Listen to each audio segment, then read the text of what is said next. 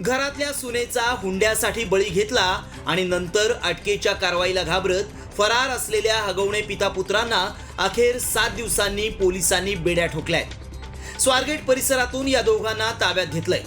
त्याआधी 7 दिवस वेगवेगळ्या गाड्या बदलत राजेंद्र हगवणे आणि सुशील हगवणे पुणे परिसरात मोकाटपणे फिरत होते।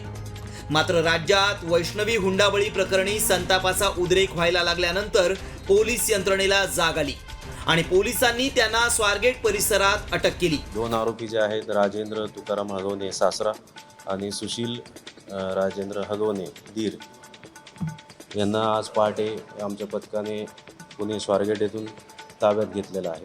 त्यांना अटक करण्यात आलेली आहे।